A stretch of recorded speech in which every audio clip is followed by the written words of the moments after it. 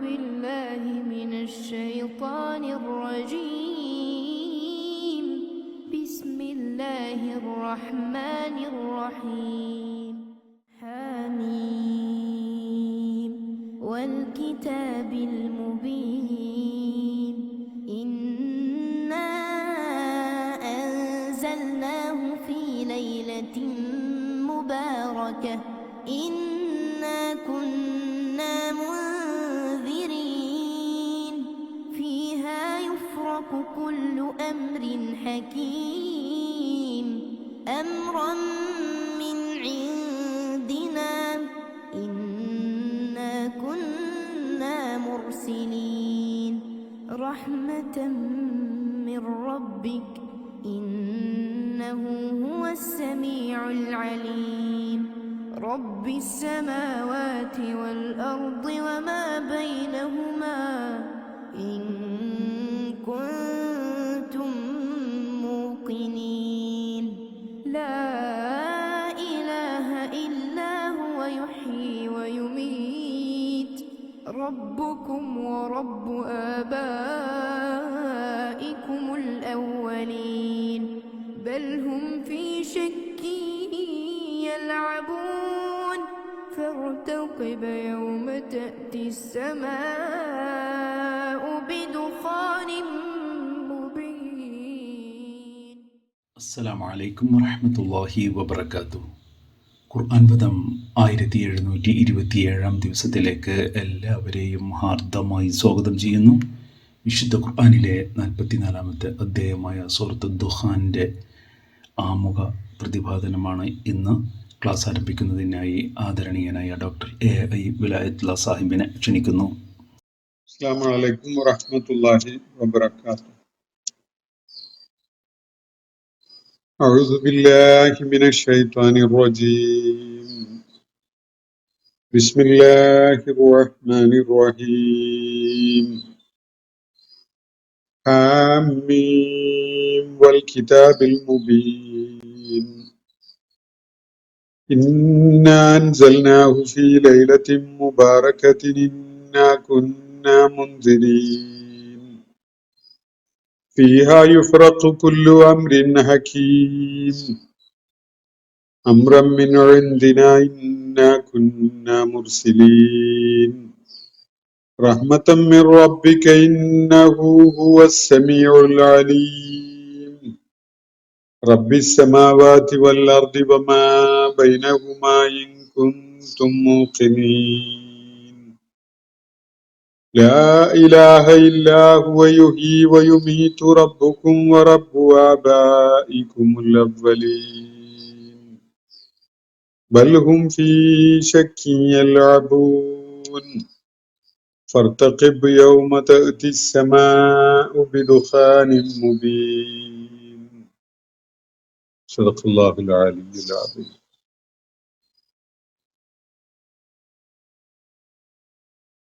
വിശുദ്ധ ഖുർആനിലെ 44-ാമത്തെ അധ്യായമായ സൂറത്തു ദുഖാനിലെ ആദ്യത്തെ 10 ആയത്തുകളാണ് ഞാൻ നിങ്ങളെ കേൾപ്പിച്ചിട്ടുള്ളത്. പുതിയൊരു അധ്യായത്തിന്റെ പഠനം നമ്മൾ ആരംഭിക്കുകയാണ്. ഈ സൂറത്തിന്റെ പേര് അദ്ദുഖാൻ എന്നാണ്. സൂറത്തു ദുഖാൻ ഒരുമിച്ച് പറയുമ്പോൾ സൂറത്തു ദുഖാൻ, അല്ലെങ്കിൽ വെവ്വേറെയായിട്ട് പറയുമ്പോൾ അദ്ദുഖാൻ എന്നാണ് പറയാ. അലിഫ് ലാം ദുഖാൻ എന്ന വാക്കിനോട് ചേർന്ന് വരുന്ന ഒരു പ്രയോഗം. സൂറത്തു ദുഖാൻ, അദ്ദുഖാൻ. അദ്ദുഖാൻ അല്ലെങ്കിൽ ദുഖാൻ എന്ന് പറഞ്ഞാൽ പുകയാണ്, പുകപടലങ്ങളാണ്. അതുപോലെ കാഴ്ചയെ മറക്കുന്ന വിധത്തിലുള്ള മിസ്റ്റ് പോലെയുള്ള സംഗതിക്കും മഞ്ഞ് മൂടുന്നത് പോലെയുള്ള കാഴ്ചക്കൊക്കെ ഈ പദം അപൂർവമായിട്ടൊക്കെ ഉപയോഗിക്കാറുണ്ട്. പുകയാണ് അടിസ്ഥാനപരമായിട്ട് ഈ പദം നൽകുന്ന സൂചന. അറബി ഭാഷയില് സ്മോക്കിങ്ങിന്, പുകവലിക്ക് ഉപയോഗിക്കുന്ന പദം തദ്ഖീൻ എന്നാണ്. തദ്ഖീൻ എന്ന വാക്ക് വന്നിട്ടുള്ളത് ഈ ദഹന എന്ന ഈ റൂട്ട് വേർഡിൽ നിന്നാണ്. അതിൽ നിന്നാണ് ദുഹാനും വന്നിട്ടുള്ളത്. തദ്ഖീൻ, സ്മോക്കിംഗ്. തദ്ഖീൻ മംനൂ എന്നൊക്കെ എഴുതി വെച്ച് കാണും അറബ് ലോകത്ത് പലയിടങ്ങളിലായിട്ട്. ഈ പദം ദഹന എന്ന് പറഞ്ഞാൽ എന്തെങ്കിലുമൊക്കെ കരിച്ചാൽ, കത്തിച്ചു കഴിഞ്ഞാലൊക്കെ ഉയരുന്ന പുകപടലത്തിനെയാണ് ഈ ദുഹാൻ എന്ന വാക്ക് നൽകുന്ന സൂചന. ഖത്തറിലെ ഒരു ഇൻഡസ്ട്രിയൽ സിറ്റി അറിയപ്പെടുന്നത് ഈ പേരിലാണ്. ദുഹാൻ എന്നാണ് ആ പട്ടണത്തിന്റെ പേര്. 1940കളുടെ തുടക്കത്തിലോ 30കളുടെ അവസാനത്തിലോ ഒക്കെ ആയിട്ട് അവിടെ പെട്രോള് കണ്ടെത്തുകയും അതിന്റെ ശുദ്ധീകരണം ആ പ്രക്രിയയൊക്കെ ആയിട്ട് ബന്ധപ്പെട്ടുകൊണ്ട് ഒരു ഇൻഡസ്ട്രിയൽ സിറ്റി ആയിട്ട് ഡെവലപ്പ് ചെയ്തു വരികയും ചെയ്ത കാലത്ത് അങ്ങനെ ഒരു പട്ടണം രൂപപ്പെട്ടു വരികയാണ്. അതിന് ദുഹാൻ എന്നാണ് പേര് നൽകപ്പെട്ടിട്ടുള്ളത്. ഒരുപക്ഷെ അവിടുത്തെ ഓയിൽ റിഫൈനറിയൊക്കെ ആയി ബന്ധപ്പെട്ടുകൊണ്ടുള്ള ഇൻഡസ്ട്രിയൽ സ്മോക്ക് നിരന്തരമായി എമിറ്റ് ചെയ്യപ്പെട്ടുകൊണ്ടിരിക്കുന്ന ഒരവസ്ഥ ഉള്ളത് കൊണ്ടായിരിക്കണം ആ പേര് പട്ടണത്തിന് വന്നിട്ടുണ്ടാവുക. എന്തായാലും ദുഹാൻ എന്ന വാക്ക് നൽകുന്ന സൂചന അങ്ങനെയൊക്കെയാണ്. വേറൊരു അർത്ഥ സൂചന, അത് സുഡാനികൾക്കിടയിൽ കൂടുതൽ പ്രയോഗത്തിലുള്ള ഒരു സാംസ്കാരിക പശ്ചാത്തലത്തിലുള്ള ഒരു പദം എന്നുള്ള നിലക്ക്, അത് അവര് ഈ ഇൻസെക്ട്സിന്റെ അതുപോലെയുള്ള ശല്യങ്ങൾ, അന്തരീക്ഷം ഡീടോക്സിഫൈ ചെയ്യാൻ വേണ്ടി, അതായത് വിഷമുക്തമാക്കുന്നതിന് വേണ്ടി നമ്മളെ നാട്ടിലൊക്കെ ഈ കുന്തിരിക്കൊക്കെ പുകയ്ക്കുന്ന പോലെയുള്ള ഒരു തദ്ഖീൻ പരിപാടി സുഡാനികൾക്കിടയിലുണ്ട്. അത് ദുഹാൻ എന്ന പേരിലാണ് അറിയപ്പെടുന്നത്. സുഡാനീസ് കമ്മ്യൂണിറ്റി ആളുകളുടെ ശരീരവും അവരുടെ ജീവിത ചുറ്റുപാട്, അവര് കഴിഞ്ഞുകൂടുന്ന ഇടങ്ങളൊക്കെ ഒന്ന് എന്താ പറയാ, ഈ ടോക്സിക് ഫ്രീ ആക്കാൻ വേണ്ടി ഈ ഇങ്ങനെ ഒരു പുകയ്ക്കുന്ന ചില സുഗന്ധം പുകയ്ക്കുന്ന ഒരു പരിപാടി അവർക്കിടയിൽ ഒരു ശീലമുണ്ട്. അതിന് ഈ വാക്ക് തന്നെയാണ് ഉപയോഗിക്കുന്നത്, ദുഹാൻ എന്നത്. അത് ഒരു സുഗന്ധം പകരുന്ന വിധത്തിലുള്ള ഒരു പുകയ്ക്കലാണ്. അറബ് കൾച്ചറിൽ പൊതുവായിട്ട് അതുണ്ട്. അറബികൾക്കിടയിൽ ഇങ്ങനെ കുട്ടികൾ അവരുടെ മജ്ലിസുകളിൽ ഇങ്ങനെ കൊണ്ടു നടക്കും. ഒരു പ്രത്യേക ഒരു ഡിവൈസിനകത്ത് ഈ ചില കുന്തിരിക്കും പോലെയുള്ള ചില സംഗതികൾ കത്തിച്ചുകൊണ്ട് അത് പുകയിച്ച് ആളുകൾക്ക് ശ്വസിക്കാനൊക്കെ കാരണമാകുന്ന, അല്ലെങ്കിൽ അതിനൊക്കെ അനുവദിക്കുന്ന വിധത്തിൽ ഇങ്ങനെ കൊണ്ടു നടക്കുന്ന കാണാറുണ്ട്. അപ്പോ അതിന് സുഡാനികൾ ദുഹാൻ എന്നീ സംഗതിക്ക് പറയാറുണ്ട്. അപ്പോ ഇതൊക്കെയാണ് ഈ പദവുമായി ബന്ധപ്പെട്ടുകൊണ്ട് ഇതിന്റെ പേരിന്റെ ഭാഷാപരമായ സൂചനകൾ മനസ്സിലാക്കാൻ ഉപകരിക്കുന്ന ചില കാര്യങ്ങൾ. വിശുദ്ധ ഖുർആനിൽ 44-ാമത്തെ അധ്യായമായിട്ടാണ് ഈ സൂറത്ത് നമുക്ക് കാണാൻ സാധിക്കുക. എന്ന് പറഞ്ഞാൽ സുഹ്റുഫ് കഴിഞ്ഞ ഉടനെയുള്ള ഈ ദുഹാന്, സുഹ്റുഫ്, അങ്ങനെ അതിന്റെ പുറകോട്ട് ഉള്ള ഏതാനും സൂറത്തുകൾ മക്കയിൽ തുടരെ അവതരിച്ച സൂറത്തുകളായിട്ടാണ് മനസ്സിലാക്കപ്പെടുന്നത്. മക്കയിലെ ഒരു പ്രത്യേക സന്ദർഭത്തിൽ നബി സല്ലല്ലാഹു അലൈഹി വസല്ലം വലിയ വെല്ലുവിളികളൊക്കെ നേരിട്ടുകൊണ്ടിരുന്ന ഘട്ടത്തിൽ ഒന്നിനു പുറകെ ഒന്നായി മക്കയിലെ ജനങ്ങളെ അഭിസംബോധന ചെയ്തുകൊണ്ട് അവരെ കണ്ണു തുറപ്പിക്കുന്ന വിധത്തിൽ അവരോട് ആശയസംവാദം ചെയ്തുകൊണ്ട് മുന്നോട്ട് നീങ്ങുന്ന ഒരു പ്രക്രിയയുടെ ഭാഗമായിട്ട് ഈ സൂറത്ത് സുഹ്റുഫ് ഒക്കെ അവതീർണമായ ആ ഘട്ടത്തിൽ അതിനെ തുടർന്നുള്ള സന്ദർഭത്തിൽ അവതരിച്ചതാണ് സൂറത്തു ദുഹാൻ എന്നാണ് ഇതിന്റെ ഉള്ളടക്കത്തെ അടിസ്ഥാനപ്പെടുത്തിക്കൊണ്ട് പൊതുവെ മനസ്സിലാക്കപ്പെടുന്നത്. യഥാർത്ഥത്തിൽ ഈ സൂറത്ത് ഏത് കാലഘട്ടത്തിൽ എവിടെ വെച്ച് അവതരിച്ചു എന്നത് സംബന്ധമായ ഹദീസുകളോ അങ്ങനെയുള്ള ചരിത്ര സ്രോതസ്സുകളോ ഒന്നും ആധികാരികമായതോ വിശ്വാസയോഗ്യമായതോ ലഭ്യമല്ല. പക്ഷെ ഇതിന്റെ ആശയപരമായ ഉള്ളടക്കം പരിഗണിച്ചുകൊണ്ട് ഇത് മക്കയിൽ അവതരിച്ച, വിശേഷിച്ച് ഈ ഏതാനും സൂറത്തുകൾ, നമ്മൾ പിന്നിട്ട ഏതാനും സൂറത്തുകളുടെ തുടർച്ചയായി സൂറത്ത് സുഹ്റൂഫിന് ശേഷം അവതരിച്ച ഒരു സൂറത്താണിത് എന്നാണ് മനസ്സിലാക്കപ്പെടുന്നത്. ഇതിന്റെ പേര് അദ്ദുഖാൻ എന്നത് ഈ സൂറത്തിലെ 10-ാമത്തെ ആയത്തില് ഈ പദം വന്നത് കൊണ്ടാണ് ആ പേര് ഈ സൂറത്തിന് ലഭിച്ചിട്ടുള്ളത്. ഞാൻ ഇന്ന് നിങ്ങളെ കേൾപ്പിച്ച ആയത്തുകളുടെ കൂട്ടത്തിൽ അവസാനത്തെ ആയത്ത് ഫർത്തഖിബ് യൗമ തഅതി സമാഉ ബിദുഖാനിൻ മുബീൻ എന്ന് കാണാം. ഈ 10-ാമത്തെ ആയത്തിലെ ദുഖാനിൻ മുബീൻ എന്ന ആ പ്രയോഗത്തിൽ നിന്നാണ് ഈ സൂറത്തിന് അദ്ദുഖാൻ എന്ന പേര് ലഭ്യമായത് എന്നാണ് മനസ്സിലാക്കപ്പെടുന്നത്.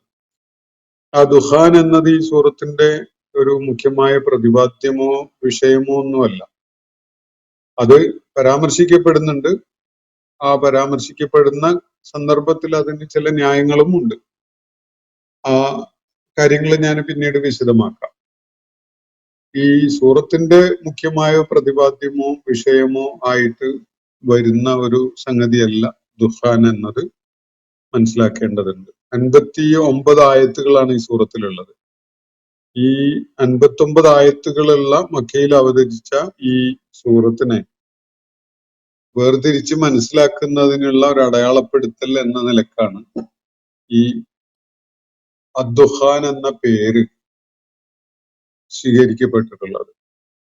അപ്പൊ അതാണ് പ്രാഥമികമായി ഈ സൂറത്തിന്റെ പേരുമായി ബന്ധപ്പെട്ടുകൊണ്ട് സൂചിപ്പിക്കാനുള്ളത്. ഇതിന്റെ അവതരണത്തെ കുറിച്ച് ഞാൻ പരിമിതമായ വിധം നിങ്ങളുടെ ശ്രദ്ധയിലേക്ക് കൊണ്ടുവന്നു ചില കാര്യങ്ങൾ. അത് ഈ ഏത് ഘട്ടത്തിൽ അവതരിച്ചതാണ് എന്നത് സ്പെസിഫിക് ആയിട്ട് പറയുന്ന ചരിത്ര രേഖകളൊന്നും ലഭ്യമല്ല. പക്ഷെ ഈ സൂറത്തിന്റെ ഉള്ളടക്കം വെച്ചുകൊണ്ട് ഇത് മക്കയിൽ അവതരിച്ചതാണ്. നബി സല്ലല്ലാഹു അലൈഹി വസല്ലമയുടെ ദൗത്യ നിർവഹണ ജീവിതത്തിന്റെ ഒരു പ്രത്യേക ഘട്ടത്തില്, പ്രതിസന്ധികൾ കനത്തു വരുന്ന ഒരു ഘട്ടത്തില്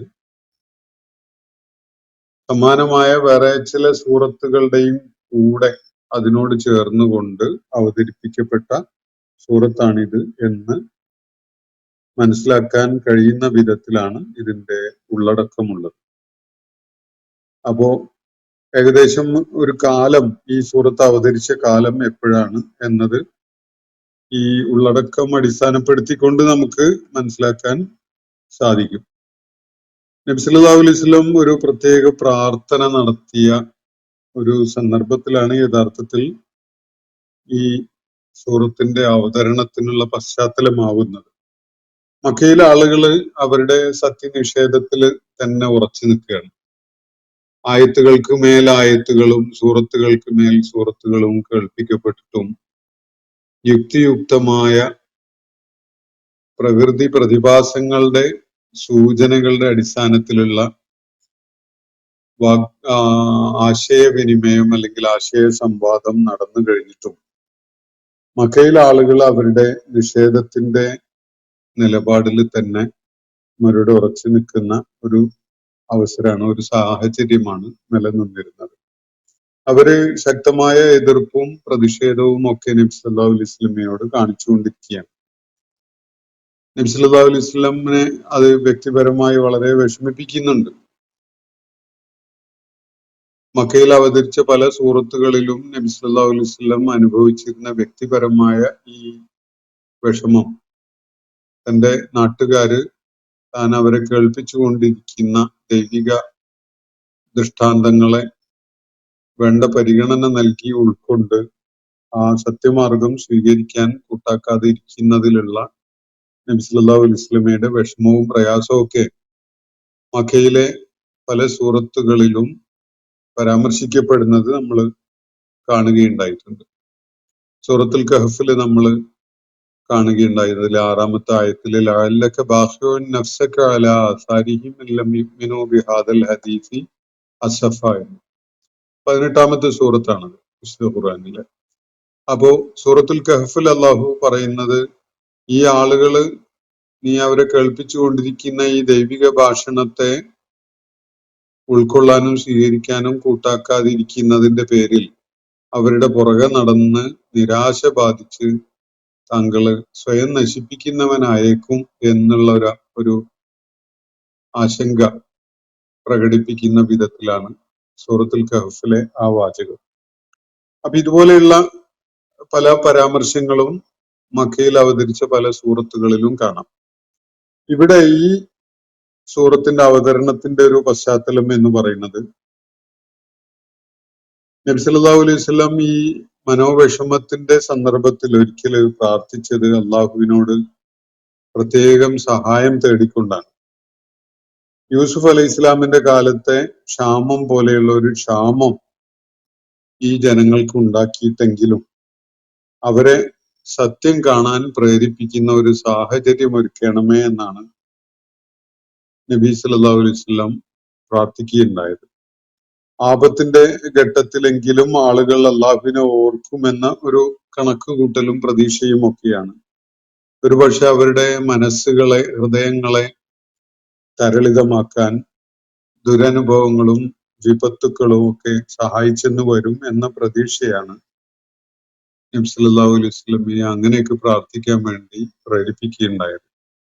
ഈ ആളുകൾക്ക് ഒരു വരൾച്ചയുടെയോ ക്ഷാമത്തിന്റെയോ ഒക്കെ ഒരു അവസ്ഥ ഉണ്ടായാൽ അവര് കണ്ണു തുറന്ന് അള്ളാഹുവിനെ ഉൾക്കൊള്ളുന്നവരായി മാറിയേക്കും എന്നൊരു പ്രതീക്ഷ. ആ പ്രാർത്ഥന നബി സല്ലല്ലാഹു അലൈഹി വസല്ലം നിർവഹിച്ചതിനെ തുടർന്ന് മക്കയിൽ കടുത്ത ഭക്ഷ്യക്ഷാമം അനുഭവപ്പെടുന്ന ഒരവസ്ഥയുണ്ടായി. ഭക്ഷിക്കാൻ പറ്റുന്ന യാതൊന്നും ലഭ്യമല്ലാത്ത വിധത്തിൽ വരൾച്ചയും അതുപോലെ വിഭവക്ഷാമവും അത് കടുത്ത രീതിയിൽ അനുഭവപ്പെടുകയാണ്.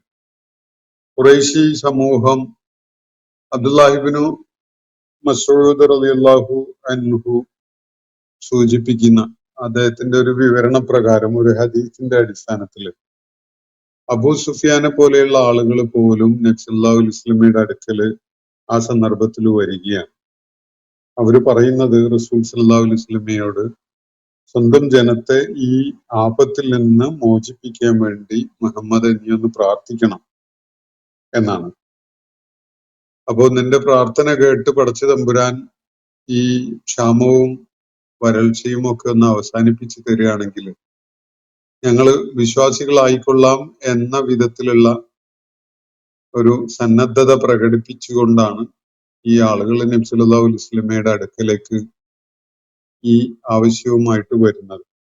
ഈ കാര്യം അബ്ദുല്ലാഹിബ്നു മസ്ഊദ് റളിയല്ലാഹു അൻഹു റിപ്പോർട്ട് ചെയ്ത ഹദീസിൽ നിന്ന് വ്യക്തമാകുന്നുണ്ട്. അപ്പോ അങ്ങനെ ഒരു സന്ദർഭത്തിലാണ് നബി സല്ലല്ലാഹു അലൈഹി വസല്ലം ഈ പ്രാർത്ഥന നടത്തിയ ഒരു സന്ദർഭം. അതിനെ തുടർന്ന് ക്ഷാമവും വരൾച്ചയും ഒക്കെ രൂക്ഷമായി. ആളുകള് ഒരു നിവൃത്തിയില്ലാതെയായി. അബൂ സുഫിയാനെ പോലെയുള്ള ഇസ്ലാമിന്റെ ശത്രുപക്ഷത്ത് പാറ പോലെ ഉറച്ചു നിന്നിരുന്ന നേതാക്കന്മാര് വരെ, മക്കയിലെ പ്രമാണിമാര് വരെ നബി സല്ലല്ലാഹു അലൈഹി വസല്ലമയുടെ അടുക്കൽ വന്ന് ഇക്കാര്യത്തിൽ ഇടപെട്ടുകൊണ്ട് അള്ളാഹുവിനോട് പ്രാർത്ഥിക്കണം എന്ന് ആവശ്യപ്പെടുന്ന ഒരു സന്ദർഭമാണ്.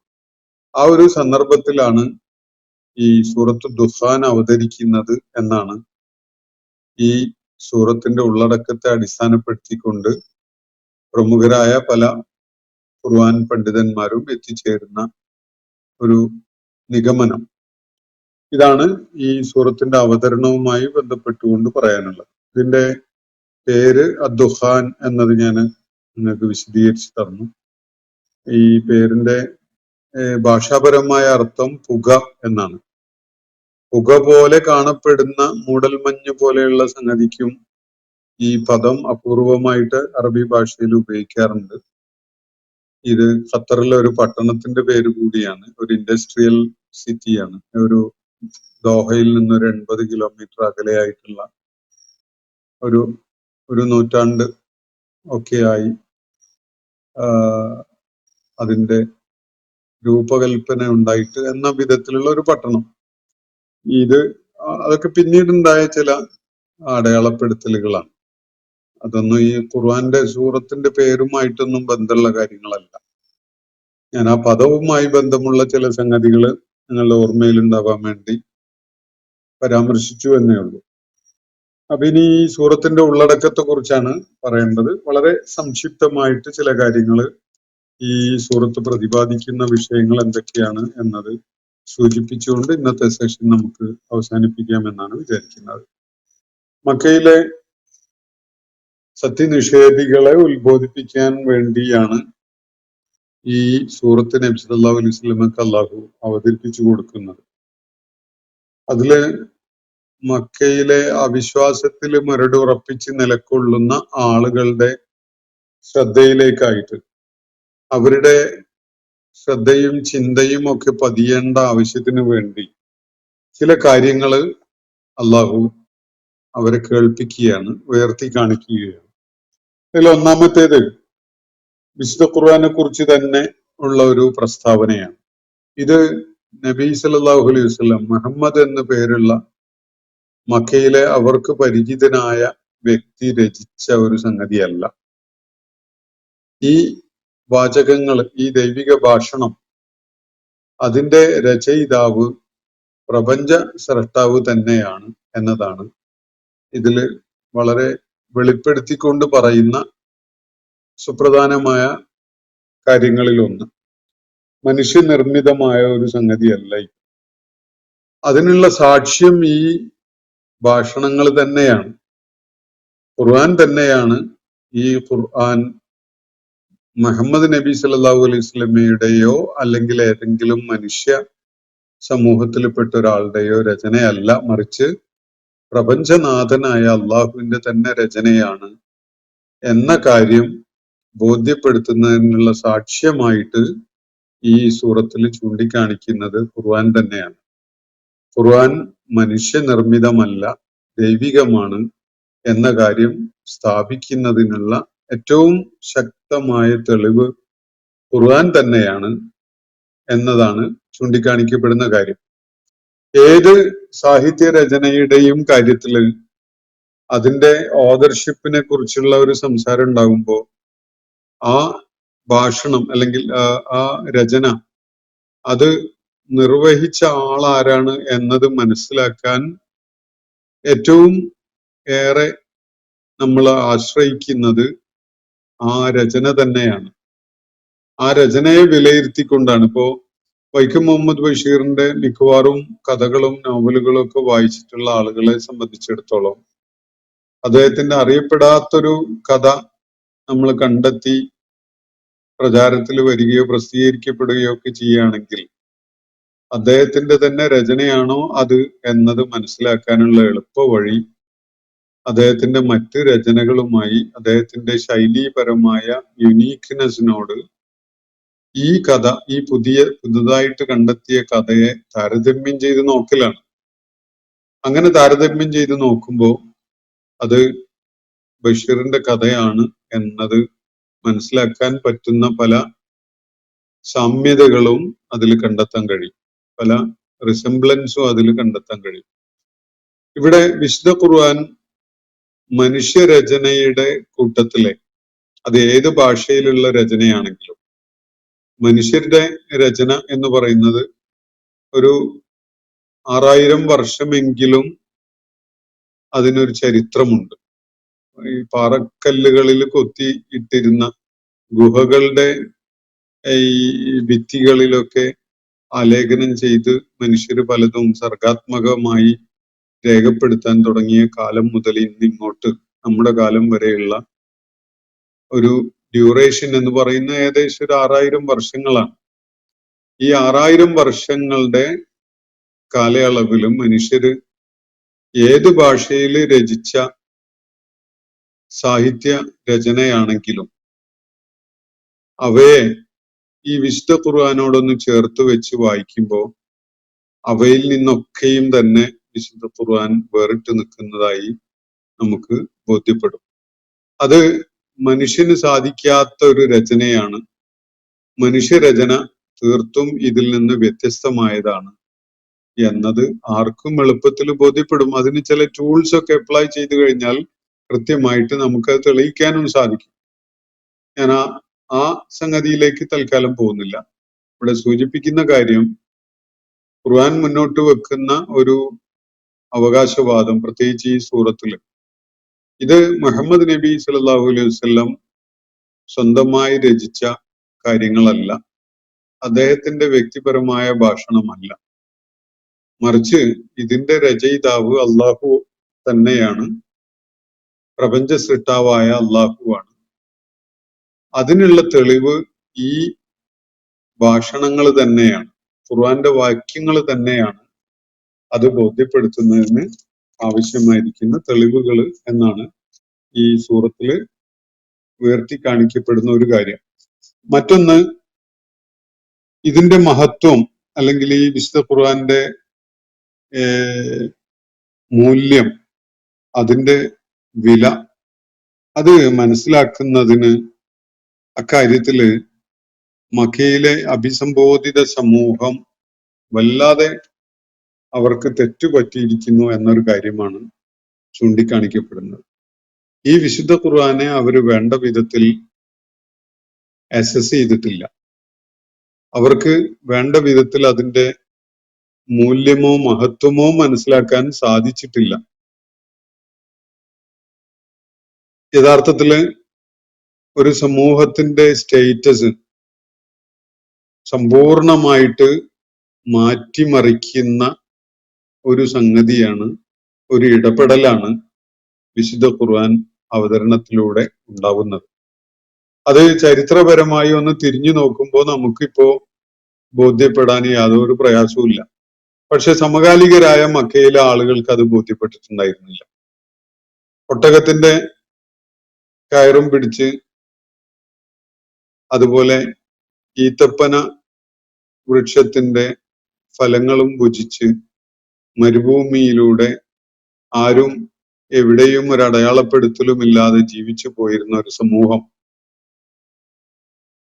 ദീർഘകാലം വിശുദ്ധ ഖുർആന്റെ അവതരണത്തിന് മുമ്പ് ആ മരുഭൂമിയിൽ അതേപോലെ ജീവിച്ചിരുന്നിട്ടുണ്ട്. ലോകത്ത് അവരെ ആരും ശ്രദ്ധിക്കുന്നുണ്ടായിരുന്നില്ല. അവർക്ക് പ്രത്യേകമായ പരിഗണനയോ അല്ലെങ്കിൽ ശ്രദ്ധയോ ഒന്നും ആരും നൽകിയിട്ടുണ്ടായിരുന്നില്ല.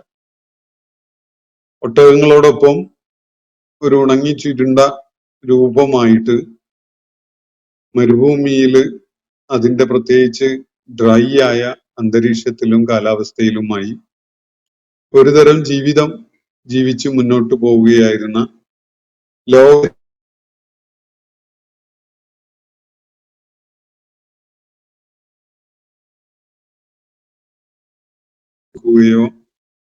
ചരിത്രത്തിന്റെ ഗതി നിർണയിക്കുകയോ ഒന്നും ചെയ്തിട്ടുണ്ടായിരുന്നില്ലാത്ത, അറിയപ്പെടാത്ത, അപ്രസക്തരായ, അപ്രധാനം ആയിരുന്ന ഒരു സമൂഹമാണ് വിശുദ്ധ ഖുർആന്റെ അവതരണത്തിനു മുമ്പ് ആ അറബ് സമൂഹം.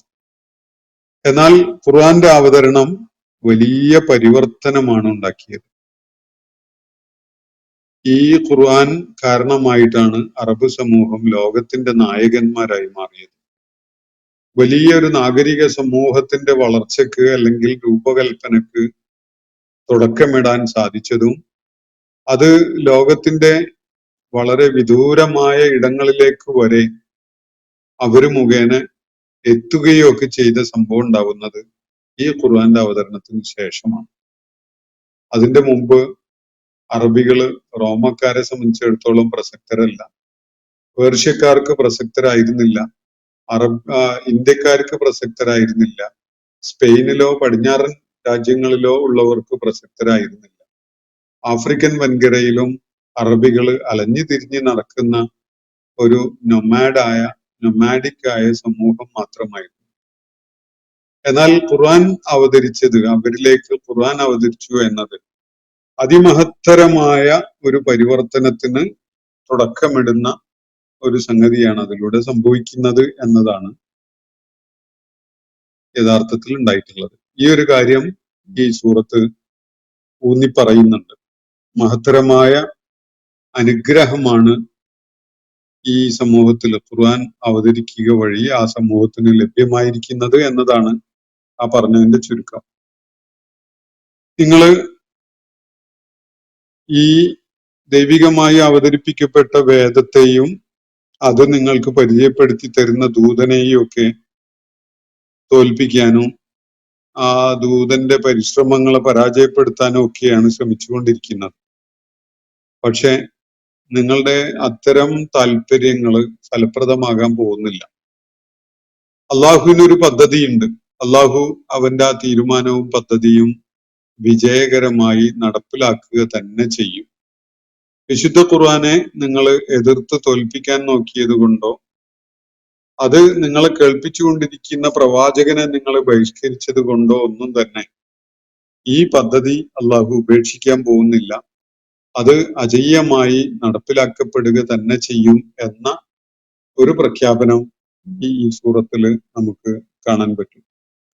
അപ്പോ മറ്റൊരു കാര്യം ഈ സൂറത്ത് ഉയർത്തി കാണിക്കുന്നത്, ഈ പ്രപഞ്ചം ആകസ്മികമായി താനേ അങ്ങുണ്ടായ ഒരു സംഗതിയല്ല. അതിനൊരു ഉടമസ്ഥനുണ്ട്, പരിപാലകനുണ്ട്.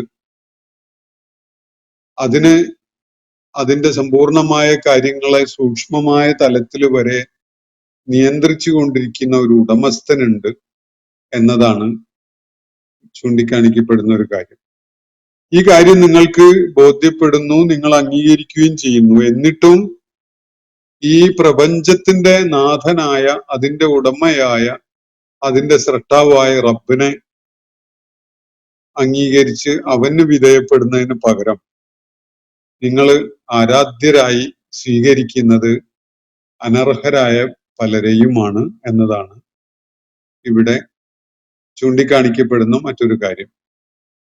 യഥാർത്ഥത്തിൽ ഈ പ്രപഞ്ച സാകല്യത്തിന്റെ ഉടമസ്ഥനായ അള്ളാഹുവിന്റെ ഔന്നത്യത്തിന്റെ കാര്യത്തിൽ, അവന്റെ മഹത്വത്തിന്റെ കാര്യത്തിൽ, അവന്റെ ഒരു നിലക്കും നമുക്ക് അവഗണിക്കാൻ പറ്റാത്തതായ ആ പദവിയുടെ കാര്യത്തിൽ സന്ദേഹിക്കാൻ, സംശയിക്കാൻ നിങ്ങൾക്ക് യാതൊരു പഴുതുമില്ല. ഈ കാര്യമാണ് സൂറത്ത് മുന്നോട്ട് വെക്കുന്ന പ്രധാനപ്പെട്ട ഒരാശയം. അള്ളാഹുവിന്റെ ദിവ്യത്വം, അള്ളാഹുവിന്റെ കാരുണ്യം, ഇതിന്റെ ഭാഗമാണ് യഥാർത്ഥത്തില് ഇപ്പോ ഇങ്ങനെ ഒരു ദൂതനെ നിങ്ങളുടെ കാര്യത്തിൽ അവൻ നിയോഗിച്ചയച്ചിരിക്കുന്നു എന്നതിലൂടെ വെളിപ്പെടുന്നത്. അള്ളാഹു പ്രപഞ്ചങ്ങളുടെ നാഥനാണ്, സകല ചരാചരങ്ങളുടെയും ദൈവമാണ് എന്നത് സ്വാഭാവികമായിട്ടും മനുഷ്യ സമൂഹം അള്ളാഹുവിന്റെ സൃഷ്ടികളുടെ കൂട്ടത്തിലെ വളരെ പ്രാധാന്യമുള്ള ഒരു വിഭാഗം എന്ന നിലക്ക് അവരുടെ മാർഗദർശനത്തിനായി ഉത്തരവാദിത്വ ബോധത്തോടുകൂടി ഇവിടെ അവരുടെ മാർഗദർശനത്തിനു വേണ്ടി ഒരു ദൂതനെ നിയോഗിച്ച് അയച്ചുകൊണ്ട് അവനൊരു സംവിധാനം ഒരുക്കിയിരിക്കുന്നു എന്നത് അവന്റെ ദിവ്യത്വത്തിന്റെ തന്നെ ഒരു തെളിവാണ്. അവന്റെ പടച്ച തമ്പുരാൻ എന്ന നിലക്കുള്ള അവന്റെ ഉത്തരവാദിത്വ നിർവഹണത്തിന്റെ ഒരു തെളിവാണത്. അവന് തന്റെ സൃഷ്ടിജാലങ്ങളോടും തന്റെ സൃഷ്ടികളായ മനുഷ്യരോടുമൊക്കെ വലിയ കാരുണ്യമാണ് ഉള്ളത് എന്നതിന്റെ ഒരു പ്രകടനം കൂടിയാണ് മനുഷ്യരുടെ മാർഗദർശനത്തിനായി ഒരു ദൂതനെ നിയോഗിച്ചയച്ചിരിക്കുന്നു എന്നത്. ഈ കാര്യങ്ങളൊക്കെ ഈ സൂറത്ത് മുന്നോട്ട് വെക്കുന്നുണ്ട് എന്ന് കാണാൻ കഴിയും. അപ്പോ ഈ ഒരു ബ്രോഡറായ കാര്യങ്ങളാണ് ഈ സൂറത്ത് മുന്നോട്ട് വെക്കുന്നതെങ്കിൽ, സ്പെസിഫിക് ആയിട്ട് ആ സന്ദർഭവുമായി ബന്ധപ്പെട്ടുകൊണ്ടുള്ള ചില കാര്യങ്ങളും ഈ സൂറത്ത് പ്രതിപാദിക്കുന്നുണ്ട്. ഞാൻ തുടക്കത്തിൽ സൂചിപ്പിച്ച ക്ഷാമവും വരൾച്ചയും നബി സല്ലല്ലാഹു അലൈഹി വസല്ലമയുടെ പ്രാർത്ഥനയുടെ ഫലമായി ഉണ്ടായതും, അതിനെ തുടർന്ന് മക്കയിലെ പ്രമാണിമാരുൾപ്പെടെ അബൂ സുഫിയാനൊക്കെ പോലെയുള്ള ആളുകൾ വരെ നബി സല്ലല്ലാഹു അലൈഹി വസല്ലമയുടെ അടുക്കൽ വന്ന് ഈ ദുരവസ്ഥ നീങ്ങിക്കിട്ടാൻ വേണ്ടി പ്രാർത്ഥിക്കാൻ ആവശ്യപ്പെട്ടതൊക്കെ ഈ കാര്യം ഈ സൂറത്ത് പരാമർശിക്കുന്നുണ്ട്. ഈ ഒന്നിനു പുറകെ ഒന്നായി പല വിപത്തുകളും നേരിടേണ്ടി വന്നിട്ടും ഈ സമൂഹം അതിൽ നിന്നൊന്നും പാഠം പഠിക്കുകയോ കണ്ണു തുറക്കുകയോ ഒന്നും ചെയ്യാത്തൊരു അവസ്ഥയാണല്ലോ നിലനിൽക്കുന്നത്. അതിനെയാണ് ഈ സൂറത്ത് ആക്ഷേപിച്ചുകൊണ്ട് അത് പരാമർശിക്കുന്നത്. ഈ ദൈവികമായ ഈ പരീക്ഷണം അല്ലെങ്കിൽ ശിക്ഷ, വരൾച്ച, ക്ഷാമം ഇതങ്ങ് നീങ്ങിക്കിട്ടിയാൽ, തങ്ങളുടെ പ്രാർത്ഥനയുടെ ഫലമായിട്ട് ഇത് നീങ്ങിക്കിട്ടിയാൽ തങ്ങൾ വിശ്വാസികളാവാം എന്നതാണ് അവര് നബി സല്ലല്ലാഹു അലൈഹി വസല്ലമയുടെ അടുക്കൽ വന്ന് പറഞ്ഞിരുന്നത്. എന്നാൽ ഈ സമൂഹം ഭാഗ്യദോഷികളായിട്ടാണ് ഇവിടെ പരാമർശിക്കുന്നത്. കാരണം അത് ഈ നടപടികൾ ഉണ്ടായിട്ടും അവർക്ക് കൃത്യമായിട്ട് കാര്യങ്ങൾ ബോധ്യപ്പെടാൻ അവസരം ഉണ്ടായിട്ട് പോലും അത് ഉൾക്കൊള്ളാനോ അത് പിൻപറ്റാനോ ഒന്നും അവര് സന്നദ്ധരാകുന്നില്ല എന്നതാണ് അവരുടെ ആ ഭാഗ്യദോഷം. അതുപോലെ ഈ സന്ദർഭവുമായി ബന്ധപ്പെട്ടുകൊണ്ട് സമാനമായ ഒരു അനുഭവ തലത്തിലൂടെ കടന്നുപോയ മൂസ അലൈഹി ഇസ്ലാമിന്റെ കാലഘട്ടത്തിലെ ഫിറോവിന്റെയും ഈജിപ്തിലെ സമൂഹത്തിന്റെയും കാര്യം ഈ സൂറത്ത് പരാമർശിക്കുന്നുണ്ട്. അവരുടെ കാര്യത്തില് മൂസ അലൈഹി ഇസ്ലാമിന്റെ പ്രാർത്ഥനയുടെ ഫലമായി അള്ളാഹു ചില ഇടപെടലുകളും പരീക്ഷണങ്ങളും ഒക്കെ നടത്തുകയുണ്ടായി. ഒരു മഹാനായ പ്രവാചകനെ അള്ളാഹു അവരുടെ മാർഗദർശനത്തിനായിട്ട് നിയോഗിച്ച് അയച്ചു കൊടുത്തിട്ട് അതിന് വേണ്ട വില കൽപ്പിക്കാത്ത ധാർഷ്ട്യത്തോടു കൂടിയുള്ള നിലപാടാണ് ഈജിപ്തിലെ ആ ഘട്ടത്തിലെ സമൂഹം സ്വീകരിക്കുകയുണ്ടായത്. അതിനെ തുടർന്നാണ് അവരെ ചില പരീക്ഷണങ്ങൾക്കും ചില ഭൗതിക ജീവിതത്തിലെ തിരിച്ചടികളായ ശിക്ഷകൾക്കുമൊക്കെ അള്ളാഹു വിധേയരാക്കുന്നത്. അപ്പോ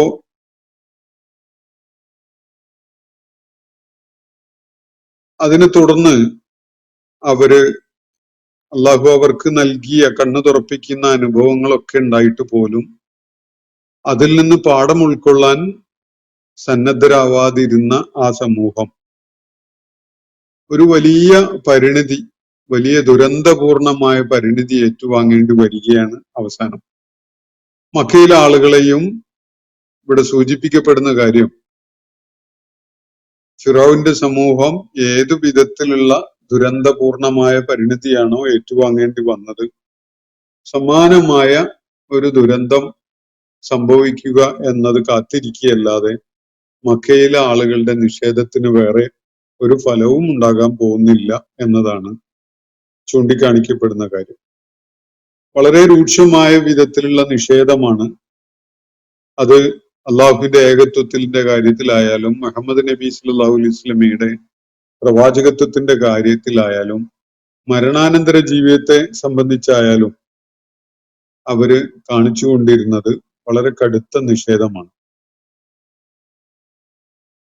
അവരതിന് ന്യായമായിട്ട് പറയുന്നത് ഒരാളും തന്നെ മരിച്ചു പോയിട്ട് ഉയർത്തെഴുന്നേറ്റതായിട്ട് നമ്മളാരും കണ്ടിട്ടില്ല എന്നതാണ്. ഇനി അങ്ങനെ വല്ല ആഖിറത്ത് എന്ന സംഗതിയും യാഥാർത്ഥ്യമാണെങ്കിൽ തന്നെ മരിച്ചുപോയ, ഞങ്ങളുടെ കൂട്ടത്തിൽ നിന്ന് മരിച്ചുപോയ ആരെയെങ്കിലുമൊക്കെ ഒന്ന് പുനർജീവിപ്പിച്ച് കാണിക്കി എന്നാണ് അവർ പറഞ്ഞുകൊണ്ടിരുന്നത്. അപ്പോ അവരെ സംബന്ധിച്ചിടത്തോളം ഈ വിഷയങ്ങളില് അവർക്ക് സത്യസന്ധമായ ഒരു സമീപനം ഉണ്ടെങ്കിൽ ബോധ്യപ്പെടുന്ന വിധത്തില് ചില തെളിവുകളാണ് പരലോക ജീവിതമുണ്ട് എന്നതിന് അവരുടെ മുന്നിൽ ഇവിടെ അവതരിപ്പിക്കുന്നത്. പരലോക നിഷേധം എല്ലായ്പ്പോഴും തന്നെ ഒരു സമൂഹത്തെ ധാർമ്മികമായ നാശത്തിലേക്ക്, തകർച്ചയിലേക്ക് എത്തിക്കും എന്നതാണ് വസ്തുത. അവർ മനസ്സിലാക്കേണ്ട ഒരു കാര്യമായിട്ട് ഖുർആൻ എടുത്തു പറയുന്നത് ഇവിടെ ഈ പ്രപഞ്ചം എന്നത് നിങ്ങൾക്ക് തട്ടിക്കളിക്കാനുള്ള ഒരു കളിപ്പാട്ടമല്ല. പ്രത്യേകിച്ച് വലിയ ഉദ്ദേശങ്ങളൊന്നും കൂടാതെ ഉണ്ടാക്കിയിട്ടുള്ള ഒരു കളിപ്പാട്ടം പോലെയുള്ള ഒരു സംഗതിയല്ല പ്രപഞ്ചം. വളരെ ഗൗരവമുള്ള ചില ലക്ഷ്യങ്ങളോട് കൂടി തന്നെ യുക്തിഭദ്രമായ വിധത്തില് ഏറ്റവും ഗംഭീരനായ ഒരു ആസൂത്രകൻ ആസൂത്രണം ചെയ്ത ഒരു കാര്യമാണ് ഈ പ്രപഞ്ചം എന്ന് പറയുന്നത്. അതിന്റെ ഓരോ കാര്യവും വളരെ യുക്തിപൂർണമായതാണ്. ഒന്നിനോട് ചേർന്ന് വരുന്ന വളരെ മാച്ചിങ് ആയ ഒരു യുക്തിതലം പ്രപഞ്ചത്തിലെ എല്ലാറ്റിനും കാണാൻ കഴിയും. ഉയർത്തെഴുന്നേൽപ്പിക്കാൻ ആവശ്യപ്പെട്ട ആളുകൾക്ക് അവരുടെ പൂർവികരിൽപ്പെട്ട ആരെയെങ്കിലും ആഖിറത്തുണ്ട് എന്നതിനുള്ള തെളിവായി അവരുടെ പൂർവികരായ ആരെയെങ്കിലും ഉയർത്തെഴുന്നേൽപ്പിക്കാനാണല്ലോ അവർ ആവശ്യപ്പെട്ടിരുന്നത്. അങ്ങനെയുള്ള ആളുകൾക്ക് ചില മറുപടിയൊക്കെ ഇവിടെ നൽകുന്നുണ്ട്. അള്ളാഹു അത് സംബന്ധമായിട്ട് നൽകുന്ന മറുപടി പ്രവാചകന്റെ ദൗത്യ നിർവഹണത്തിനോട് പ്രതികരിച്ചുകൊണ്ട് ദിനേന എന്നോണം ആ സമൂഹം ഉന്നയിക്കുന്ന ഓരോ ആവശ്യങ്ങള് അവരുടെ മുന്നിൽ അങ്ങനെ നടപ്പാക്കി കാണിക്കുക എന്നതല്ല അള്ളാഹു ലക്ഷ്യം വെക്കുന്ന കാര്യം. ഈ ഉയർത്തെഴുന്നേൽപ്പ് എന്ന ആഖിറത്ത് എന്ന അല്ലെങ്കിൽ സാഴത്ത് എന്ന സംഗതി സംഭവിക്കുന്നതിനായിട്ട് അള്ളാഹു ഒരു സമയം നിശ്ചയിച്ചു വെച്ചിട്ടുണ്ട്. ആ സമയം ആഗതമായി കഴിഞ്ഞാൽ തീർച്ചയായിട്ടും അത് സംഭവിക്കുക തന്നെ ചെയ്യും. അതിന്റെ മുമ്പ് ആര് എന്ത് വെപ്രാളപ്പെടൽ കാണിച്ചത് കൊണ്ടും വെല്ലുവിളി നടത്തിയത് കൊണ്ടും ഒന്നും തന്നെ അള്ളാഹു അത് നടപ്പിലാക്കാൻ പോകുന്നില്ല. ആ നാളിൽ ആ സംഭവം വന്നു ചേർന്ന് കഴിഞ്ഞാൽ, അന്ത്യനാള് എന്ന സംഗതി സംജാതമായാൽ, അന്ത്യനാളാണല്ലോ ആഖിറത്തിന്റെ തുടക്കം, സാഴത്താണല്ലോ, അത് വന്നു കഴിഞ്ഞാൽ ഒരാൾക്കും തന്നെ തന്റെ സ്വന്തം കഴിവിനാൽ അതിനെ നേരിടുക എന്നത് സാധ്യമല്ല. ശരീരത്തിന്റെ മിടുക്ക് കൊണ്ടോ ബുദ്ധിപരമായ കഴിവ് കൊണ്ടോ ഒന്നും തന്നെ അന്ത്യനാളിന്റെ അപ്രതിരോധ്യമായ അവസ്ഥകളെ നേരിട്ട് കളയാം എന്ന് ആരും കരുതണ്ട. ഒരാളെയും ആ അന്ത്യനാളിന്റെ രൂക്ഷതയിൽ നിന്ന് രക്ഷപ്പെടാൻ അള്ളാഹു വിടുന്നതല്ല എന്നാണ് ഇവിടെ സൂചിപ്പിക്കപ്പെടുന്ന ഒരു കാര്യം. അള്ളാഹുവിന്റെ നീതി നിർവഹണം തീർച്ചയായിട്ടും പ്രവർത്തനക്ഷമമാകും. കുറ്റവാളികളായ ആളുകൾക്ക് അവരർഹിക്കുന്ന ശിക്ഷ ഏറ്റുവാങ്ങ, അതുപോലെ തന്നെ സത്യവാന്മാരായ ആളുകൾക്ക്, സത്യസാക്ഷ്യം വഹിക്കാൻ സന്നദ്ധരായി രംഗത്ത് വന്ന ആളുകൾക്ക് ഉള്ള സൗഭാഗ്യങ്ങൾ അവരെ കാത്തിരിക്കുകയും ചെയ്യുന്നുണ്ടാവും. ഈ കാര്യമാണ് തുടർന്ന് വ്യക്തമാക്കപ്പെടുന്ന ഒരു സംഗതി. കാര്യങ്ങൾ വേണ്ട വിധത്തില് ഗ്രഹിക്കുന്നതിന് വേണ്ടിയാണ്, ഉൾക്കൊള്ളുന്നതിന് വേണ്ടിയാണ് വളരെ ഋജുവായ ഭാഷയിൽ, വളരെ തെളിമയുള്ള ഒരു ശൈലിയിൽ അള്ളാഹു വിശുദ്ധ ഖുർആനിൽ ഈ കാര്യങ്ങൾ വിവരിച്ച് തന്നിട്ടുള്ളത്. അന്ത്യനാള് വന്നു ചേർന്നാൽ, സാഴത്ത് എത്തിക്കഴിഞ്ഞാൽ പിന്നെ ഒരു സാമർത്ഥ്യവും അവിടെ ഫലപ്രദമാവുകയില്ല. ഒരാളുടെയും ശരീരത്തിന്റെ മിടുക്കോ ബുദ്ധിപരമായ പ്രാഗൽഭ്യമോ അല്ലെങ്കിൽ എന്തെങ്കിലും നൈപുണ്യമോ വെച്ചുകൊണ്ട് അതിനെ നേരിടുക എന്നത് ഒരാൾക്കും സാധ്യമായ ഒരു കാര്യമല്ല. വിശുദ്ധ ഖുർആൻ ഇക്കാര്യം മുൻകൂട്ടി അറിയിക്കുന്നത് ഇതൊരു യാഥാർത്ഥ്യമായി പുലരാനിരിക്കുന്നു എന്നതിനാലാണ്. അതിന് വെല്ലുവിളികൾ ഉയർത്തിയത് കൊണ്ട്, അതിപ്പോ തന്നെ അങ്ങ് ചെയ്ത് കാണിക്കണം എന്ന് പറഞ്ഞത് കൊണ്ട് യാതൊരു പ്രയോജനവും ഉണ്ടാകാൻ പോകുന്നില്ല എന്നാണ് അള്ളാഹു ഇവിടെ വ്യക്തമാക്കുന്ന ഒരു കാര്യം.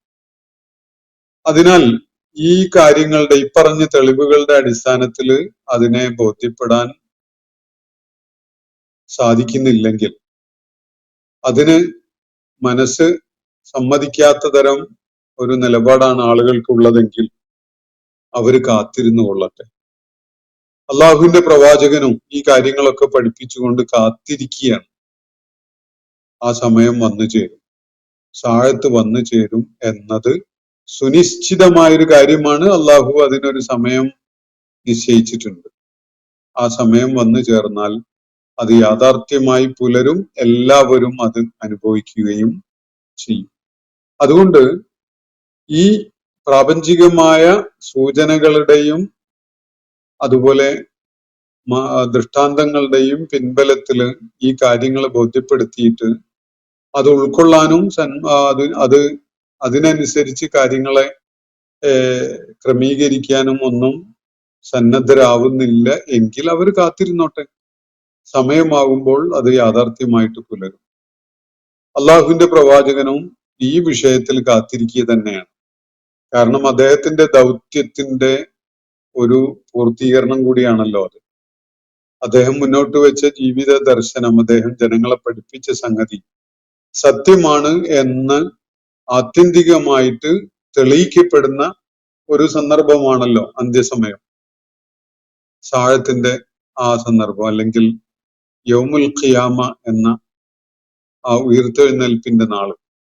അതുകൊണ്ട് തന്നെ അള്ളാഹുവിന്റെ പ്രവാചകനും കാത്തിരിക്കുകയാണ്, നിങ്ങളും കാത്തിരുന്നോ. അള്ളാഹുവിന്റെ പ്രവാചകൻ ദൃഢബോധ്യത്തോടു കൂടിയാണ് ആ നാളിനായിട്ട് കാത്തിരിക്കുന്നത്. അദ്ദേഹത്തിനെ പിൻപറ്റുന്നവരും അങ്ങനെ തന്നെയാണ്. നിങ്ങൾ സന്ദേഹികളായിക്കൊണ്ടോ നിഷേധികളായിക്കൊണ്ടോ ആണ് നിങ്ങൾ ഒരുപക്ഷെ അത് കാത്തിരിക്കേണ്ടി വരുന്നത്. നിങ്ങൾ കാത്തിരുന്നോ? അള്ളാഹുവിന്റെ പ്രവാചകനും അദ്ദേഹത്തെ പിൻപറ്റുന്നവരും കാത്തിരിക്കട്ടെ, അത് സമയമാവുമ്പോൾ സംഭവിക്കും. ഇതാണ് ഈ സൂറത്ത് മക്കയിലെ ആളുകളെ വളരെ ശക്തമായ സ്വാധീനമുണ്ടാക്കുന്ന ഭാഷയിൽ ബോധ്യപ്പെടുത്തുന്ന കാര്യം. സൂറത്ത് ദുഖാന്റെ ഉള്ളടക്കം, അതിന്റെ ഒരു ഏകദേശമായ ഒരു ചിത്രമാണ് ഞാൻ നിങ്ങൾക്ക് ഇപ്പോൾ വിവരിച്ച് തന്നിട്ടുള്ളത്. ഇന്നത്തെ സെഷൻ ഞാൻ ഇവിടെ അവസാനിപ്പിക്കുകയാണ്. വിശുദ്ധ ഖുർആനിലെ 44-ാമത്തെ അധ്യായമായ സൂറത്ത് ദുഖാന്റെ പഠനത്തിനാണ് നമ്മൾ ഇന്ന് തുടക്കമിട്ടിട്ടുള്ളത്. അള്ളാഹു വിശുദ്ധ ഖുർആന്റെ പ്രകാശം നമ്മുടെ നിത്യജീവിതത്തിലേക്ക്, നമ്മുടെ ഓരോരുത്തരുടെയും വ്യക്തിത്വത്തെ പരിവർത്തിപ്പിക്കുന്ന വിധത്തിൽ അനുഗ്രഹമായിട്ട് നൽകുമാറാവട്ടെ. അള്ളാഹു നമ്മെ എല്ലാവരെയും സഹായിക്കുകയും പിന്തുണക്കുകയും ചെയ്യുമാറാവട്ടെ. വാഖിറു ദഅ്വാന അനിൽ ഹംദുലില്ലാഹി റബ്ബിൽ ആലമീൻ. അസ്സലാമു അലൈക്കും വറഹ്മത്തുള്ളാഹി വബറകാതുഹു. ഇന്നത്തെ ഖുർആൻ പദം ഇവിടെ സമാപിക്കുന്നു. ഖുർആൻ പഠനത്തിൽ പങ്കെടുത്ത എല്ലാവർക്കും അല്ലാഹു അർഹമായ പ്രതിഫലം നൽകി അനുഗ്രഹിക്കട്ടെ. വആഖിറു ദഅ്വാന അനിൽ ഹംദുലില്ലാഹി റബ്ബിൽ ആലമീൻ. അസ്സലാമു അലൈക്കും വറഹ്മത്തുള്ളാഹി വബറകാതുഹു.